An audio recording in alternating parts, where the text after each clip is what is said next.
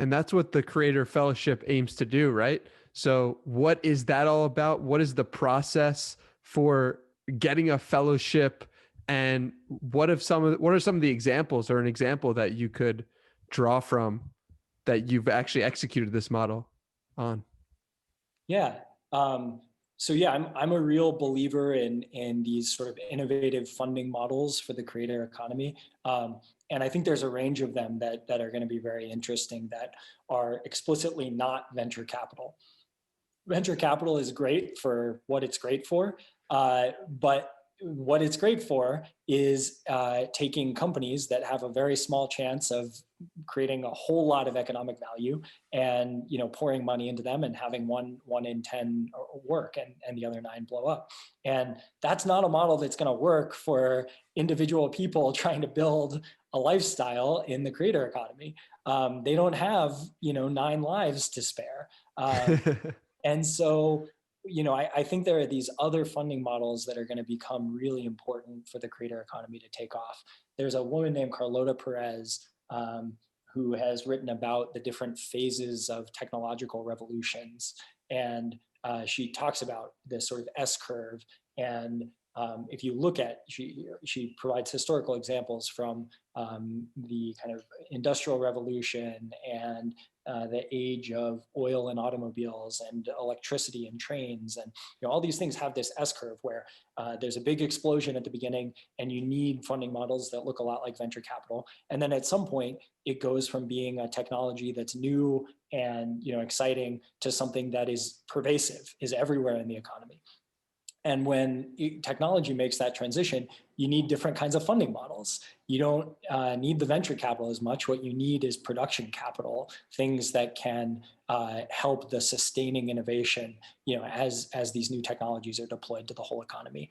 And I think that's exactly where we are in the internet revolution. And I think that a couple examples of funding models that are going to become really important are revenue-based financing. Basically using current revenue or subscription future revenue to get financing in some creative ways. Pipe is doing some cool stuff here with subscription revenue, or just actual revenue, just funding your business with cash from customers, which is the best possible outcome, right? I think there's also kind of one spot further on the spectrum. There are things like shared income agreements, things that are sort of in this space in between debt and equity financing that have not been explored much because they don't fit within traditional models of funding, but are actually very cool ways that I believe the creator economy can flourish. And so to put my money where my mouth is, I started something called the Creator Fellowship, which is an income sharing agreement. So an income sharing agreement, which are already used in some educational contexts and even some other contexts like minor league baseball. The way that they work is, you get some amount of money upfront, and then you pay back a percentage of your earnings over some period of time. So for the Creator Fellowship, for our example, we give you $20,000 over the course of a year to cover all of your basic living expenses and give you the ability to quit your job and create full-time. And we also provide support and mentorship and community as you do that. And in exchange, you share 20% of your earnings above $20,000 for 5 years, capped at 3x the initial investment. I know that's a mouthful.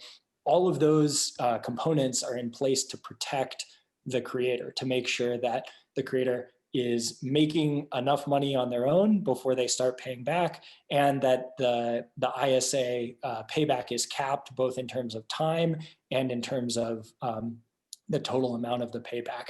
And if you look at ISAs, if you're interested in that model, you really should understand those dynamics and make sure that you're getting a deal that is fair and capped. But if you do that, then what's really cool about income sharing agreements is they create these really strongly aligned incentives.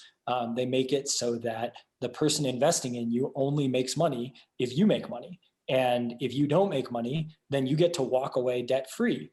And I think that the combination of those two things, the incentive alignment and the ability to walk away if it doesn't work out, make the income sharing model pretty compelling for the creator economy. There's also a lot of other stuff out there, right? There's cool crowdfunding models. There's cool stuff happening in crypto. But that's the one where I think there's probably a whole lot of opportunity to fund more creators and get more people to take that leap. And you've actually done this, right? Yes, I have. So the example I love sharing here is David Vargas. He is a creator who I met who was working at a software company. He's a software engineer, and he was kind of fresh out of college, started this job, and kind of similar to my experience was like, wow, this is really not what I want from my life. So he started the Creator Fellowship, quit his job, started building open source extensions for Roam Research, which is this very cool note-taking tool that has the ability to build software on top of it. And very quickly, David gained a following within the Roam community and started providing a lot of value, and is now making a lot of money. And he is on track to, he's about 6 months in right now, and he's on track to start paying back the fellowship, and is even starting to make investments in kind of some longer term business opportunities. So I think David is an incredibly special person and example, but I also think he is an example of the type of thing we're going to see a lot more of, because if you have the skills to make a newsletter, or to make open source software, or to make an online course, that is a very compelling path where within a year you can either start getting to the point where it's clear that you're going to be able to support yourself financially, or you can look at it and say, okay, this isn't for me, and go back to a more traditional job.